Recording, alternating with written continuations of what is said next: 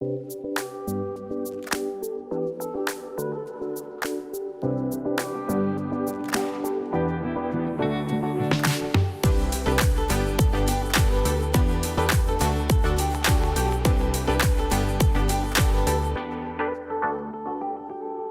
and welcome to the Brand Storytelling live streams for September 30th, 2020.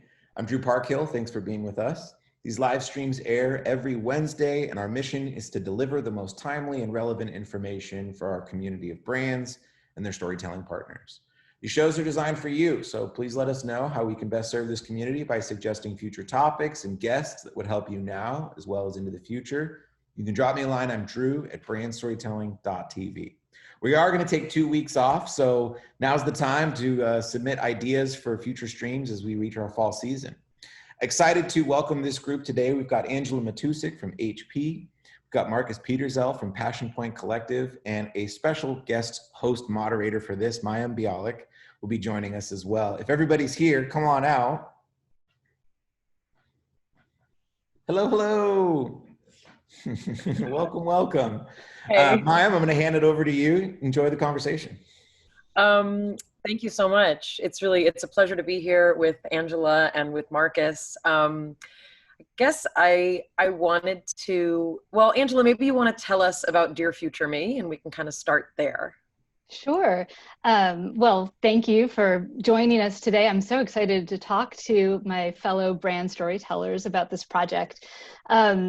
So we just released a film a few weeks ago that is called Dear Future Me. It's actually 2 films, and they were made by the Garage at HP and our wonderful creative partners at Red Glass Pictures, Sarah Klein and Tom Mason. And they're 2 short films that explore what happens when a group of middle schoolers are reading and writing letters to their future selves. And this was all done here in the town where I live and where I am right now, Maplewood, New Jersey.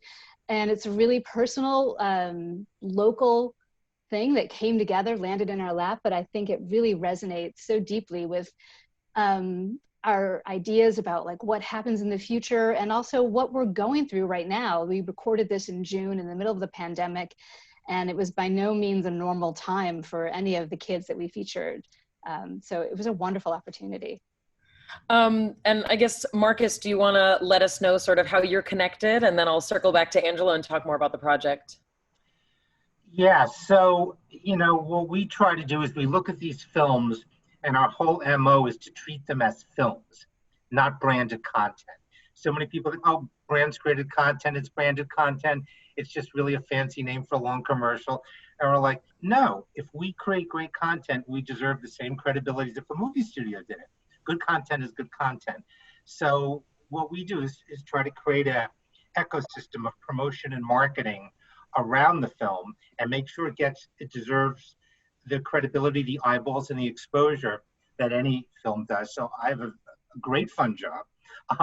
So, we work on the PR, the distribution, the marketing, and to make sure everyone is, wow, this is great content. And it was funded by HP and it's part of the HP ecosystem and ethos. But it's just great content. We're watching it because we want to watch it, not because someone stuck it in front of our face. And it sounds easy, but it's not. So that's how we got the great feature on the Today Show. And I mean, we've gotten probably over 50 big press hits so far. So it's exciting. So I guess also, Angela, you are allowed to work for HP as the reason that this is HP, but maybe you can also tell us a little bit about kind of why HP and why this, or I guess where did your passion kind of live for creating this as an HP project, because that's where you are. Sure. Well, I'm lucky enough that I work at a company that really values storytelling, and we've been able to push the envelope a little bit for the past few years, making different types of films. We made a series of short documentary films last year called History of Memory with the same team at Red Glass, and they were a big hit. Marcus helped us get amazing promotion and distribution for those films, and we wanted to do something again, but the world changed so drastically in March, and we had a lot of ideas on the table, and like many other places, we had to really pause and then pivot to think about what is the story that we should be telling now? What is the right way for HP to be talking to people through these times and about this? And, you know, you have to sort of like go deep and think about what is the brand's personality? What is our philosophy on life? What is our purpose? And one of our key things at HP is this idea of reinvention and thinking about the future.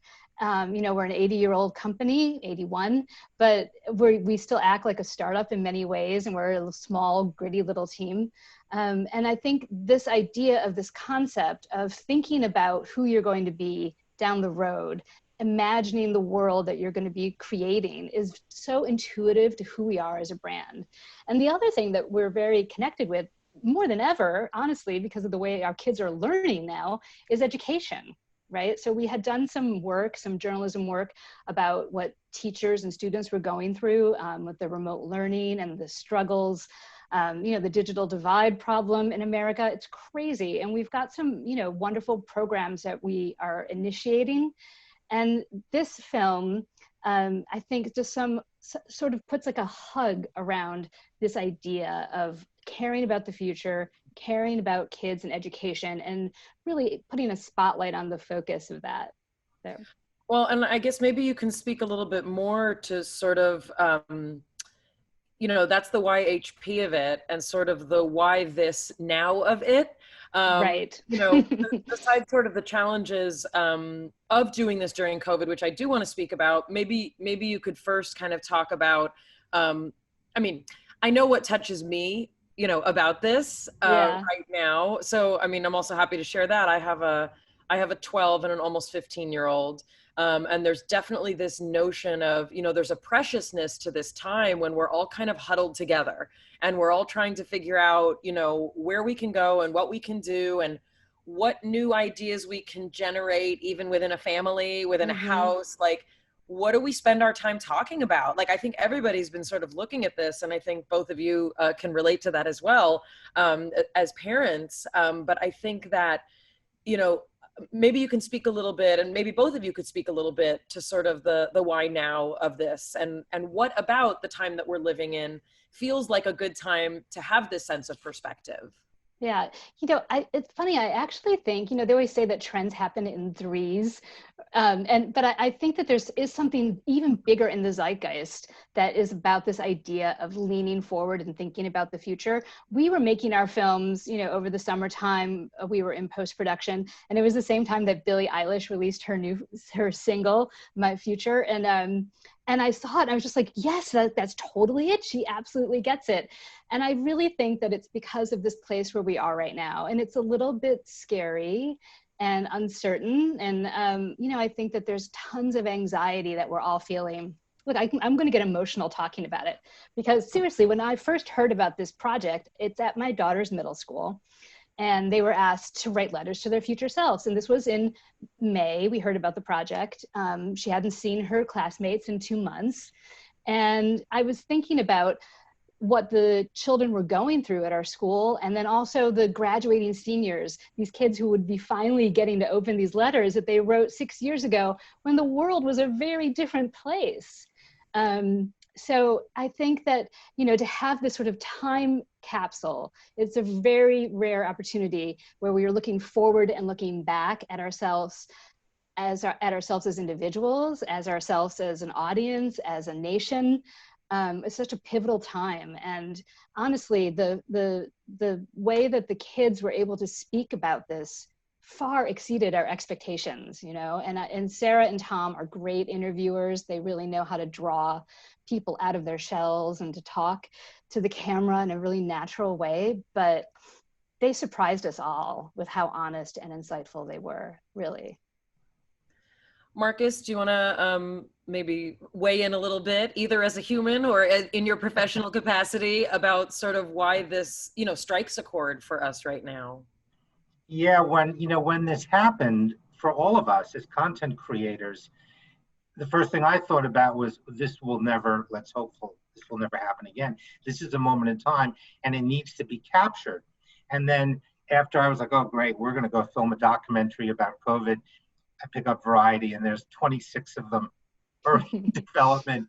I'm like, whoa, And so I started to talk to the filmmakers, saying, do you need help? It's not about money. It's not about business. It's about, capturing this for future generations. And everyone was picking a different slice of life, how the restaurant business was affected, how the music and touring business was affected. Everyone had a different take. And the three of us being parents, it's like, well, what about our kids who are learning during this time? Your kids are, similar age as my son's in law school. And, he goes back with a 3-room suite, and we remember how much fun we had in college with our suite mates, but the other doors are locked. No one's allowed in the suite except for him. So small things, but just capturing all of this, their experience is different than what ours is. And this film really just captured some of those statements from both the 6th graders and the ones graduating. You just went, wow, so simple, but so true. And I think that's why it resonated. I mean, people rolled their eyes at me and said, hey, let's go for the Today Show.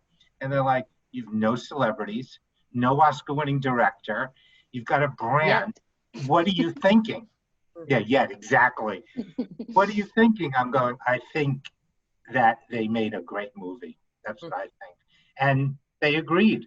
So it really just right time, right moment, right kids, and it all came together. Marcus is the best cheerleader. Sorry. He is the best cheerleader. I want him on my team for everything. Like, Marcus, can you come to my house just so that my children think that my lasagna? For sure. No, but I think that, Angela, it makes you emotional, kind of also to think about, the simplicity and kind of the innocence of something like this, and what a big impact that it can have. And, I remember, sorry, there's literally a trash truck outside. This is just, interviews in the age. It's okay. My cat is excited about it. No, but I was thinking that, towards the beginning of the quarantine, there was kind of this, and forgive me, I do think like a scientist, meaning I assess this in chunks and in pieces. How is this impacting our mental health? And I remember the first period of quarantine, it was sort of, there was shock. Like, I think we were in a collective state of shock. And for some people that looked like denial. And for some people it looked like, really like diving in. For some people it looked like total panic.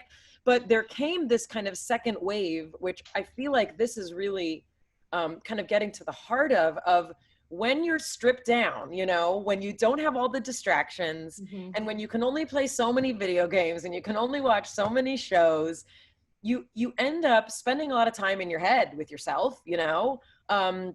We don't have drive time, like we used to. We don't have all that time. So there's a lot of kind of just like sitting and doing, and, obviously we're working and we're parenting and all these things, but I've found that there's a sense of reflection that has come in this period, that my hope was that more and more people would seize that kind of reflection and take it with them once we re-enter the world. And sadly, a lot of people have kind of just switch their addictions around. So they went from shopping in malls to shopping online. Or like more people than I've known who like drinking are drinking a lot during the quarantine, like people are eating their feelings. But what I feel like Dear Future Me is really tapping into is it's tapping into like, what are we really made of?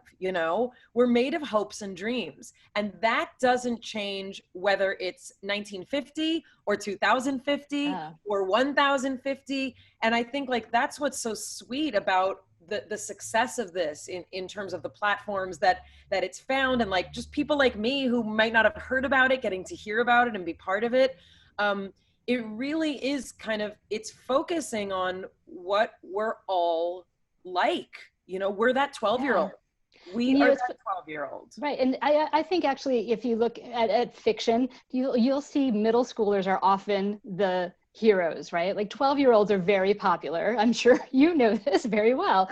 But it's because it's such a special time of our life. It's like this moment where you're on the cusp between childhood and adulthood, and you're really defining the person you're going to be for the rest of your life. And it happens over these 6 years that we were able to sort of visit in these films. But you know what you said about this idea of reflection, it's absolutely true. And one of the wonderful things about it is I think every time we talk about the film and we show it to people, people say back to us, oh, I did something like that, or my kid did something like that. And I think that it's a common exercise that is suddenly more poignant than it ever has been before. And so, you know, we're trying to help people along. We've, you know, given people a PDF to sort of, with thought starters. You can go to hp.com, Dear Future Me, and download your own, because I think it actually is a really valuable exercise, no matter what age you are. And it doesn't have to be that you're thinking 6 years ahead. Maybe you're just thinking 5 years ahead. I can barely think like 3 months ahead right now, right? I mean, who knows? We all need a crystal ball to understand what's going to happen. But I think that this idea of trying to have faith in yourself and understanding where your strength comes from, I think that that's what these kids have, and it's so inspiring. By the way, some of their expressions in their language just was so poignant when they had the one kid, his 6th grade self asked 12th grade self, wow, so who is the president now? So if you asked any of us that, it would be a sentence about that long with a lot of explanation points and words I can't say. But the girl just looked up and went, oh boy. And an oh boy summed up way better than what any adult could say. Well, and I guess not to put both of you on the spot, but you know, in the last minutes that we have, I'm going to put both of you on the spot. So I'm going to take you back in time. And, you know, I've been thinking about this also, you know, I'm starting a mental health podcast. So I've been thinking about this stuff a lot. I'll give a shout out to bialicbreakdown.com. And that's the website that we have set up so that people know when we start. But I named it that so I could say, hi, I'm Bialik and welcome to my breakdown. But the thing that I've been thinking about as I've been writing, you know, these scripts about different aspects of mental health, is how many of us struggle and how many more young people are struggling earlier and earlier. And part of it could be that we're better at diagnosis and we're better at paying attention. You know, this new wave of parenting, which actually asks children how they're feeling instead of us telling them how they're feeling, you know, it does wonders for us learning about children. But one of the things I was thinking about, you know, is I have so many friends and family members, you know, for example, who were gay or who were so different or who were trying to find themselves in a culture that really was not ready for them. And so many of us at 12 don't feel like we understand kind of where we fit. And, you know, when I think of myself at 12, I was preparing for my bat mitzvah because, you know, in the tradition I come from, you become a grown woman, apparently, at 13. And, you know, the set of things that I was thinking about, they were big things, you know, but I really felt overwhelmed by, you know, the environment was already starting to be an issue and nobody seemed to care. And I was like, why is everyone using all these plastic bags? And everybody thought I was crazy. And, but I guess I'd love each of you to talk just for a couple minutes about what you were like at 12, and what you think you might have, you know, wanted to hear. I'll go first while you think for a second. You know, when I was 12, what I really needed to hear was that it won't always feel so hard to be you. Because I really felt this sense of like, nobody gets me. And the fact is, where we grow up, whatever town we grow up in, especially if we're from a small town or from a place that may not get our sensibility, it can feel very, very isolating. And I think what I would have liked to hear is, you may not find all your people in junior high. You may not even find them in high school. But once you get out into the world and once you get a better sense of who you are, you'll find your people, you know? You'll find your people, you'll find your support. It won't always feel lonely. And for the popular kids out there, I don't know what I would have told myself, but that was not my story. But I think I would have loved to hear, like, it's not always going to be like this, you know? It will, it'll get better, it'll get different, it might get worse. I'll start with you, Marcus. What might you have told 12-year-old self if you could?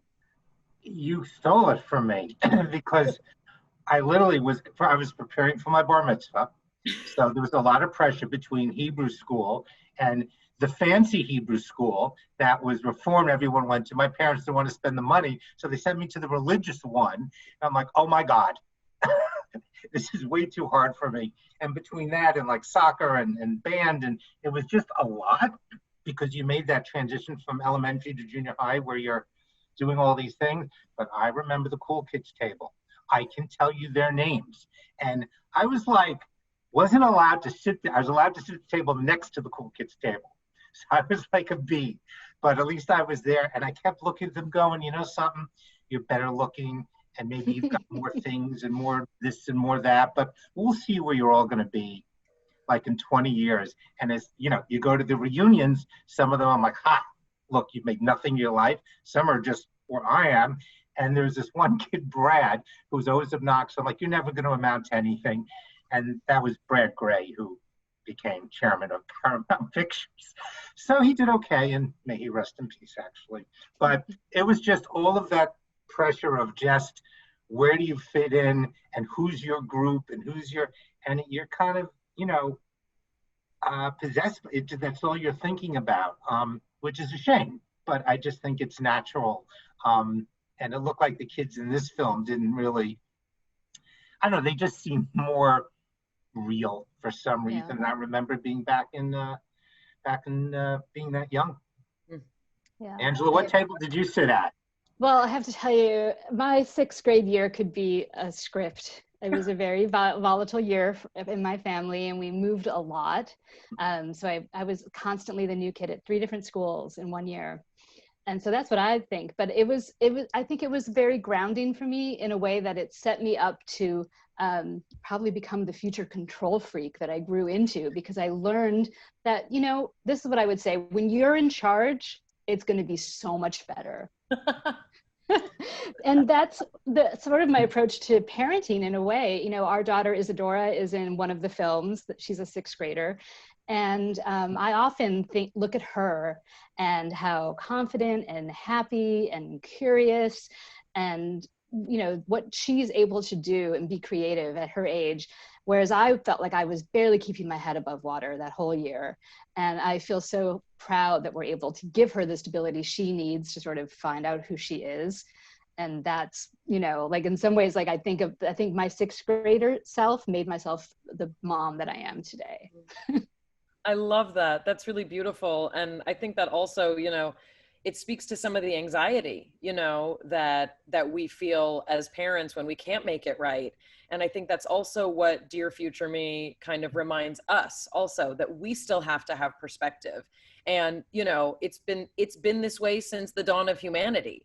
You know, it's our job to raise this next generation of people, whether we do that as parents or teachers or friends or uncles or, you know, whatever it is.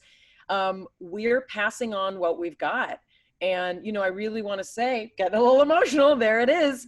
I really want to thank you, Angela, and you, Marcus, for, you know, especially in a time when TikTok's what people are talking about. And like, I'm trying to understand why my children are cursing. And like, I don't understand why the president behaves the way I don't let my children do. Like, what the two of you have really accomplished, you know, with your teams, is really to remind us of some of that simplicity of introspection, of a retrospective concept, you know, of who we are and what we are.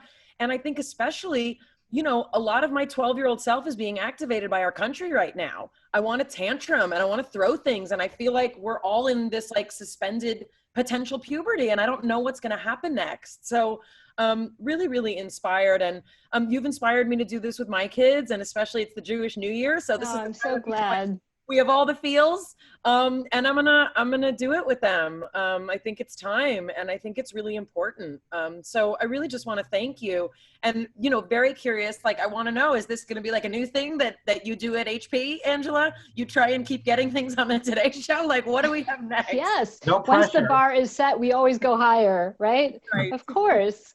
Now, I keep saying we want to do a feature-length film, so that's always our, you know, to just thinking more, longer, bigger audience, you know, deeper stories. Well, So And I have a production company, so think of me. And also, if we can find a way for you to, to talk on Bialik Breakdown about kind of mental health impacts of this kind of experience, I'd also love to continue the conversation. So there's it's really some great work being done in that. I can't wait to hear your podcast. And thank you so much for what you share every day too. I love hearing your musings. Today you reminded me of Sassy magazines. I just want to say thank you for that. That was the magazine that made us feel not alone. That's right. It made me want to get into media. So it was very influential to me. What a great I was going to say that although your podcast is going to be amazing and we're going to make more films, this was, if you could just be with me and Angela every week so we could do this, you are amazing. And like, well, Angela's already texting me, but I'm what sure else can we do with her? What else can we do? So, thank you, and what an honor. And I see that Andrew is back. Andrew, how did we do? Did you miss us? You did excellent. I watched every second of it. It was just great. And I've shared some links in the chat. If you're just joining us, or if you happen to miss a portion of this stream, don't worry. We'll post the whole recording on YouTube later today. You can check it out tomorrow in our newsletter. Go to garage.hp.com to check out all the work from the garage. Go to bialikbreakdown.com to check out Mayim's new stories, and check out Dear Future Me. Thank you so much, Marcus, Angela, Mayim. Thanks for joining us. Thank you. Thanks, everybody. Bye. Thanks, everyone. Bye-bye.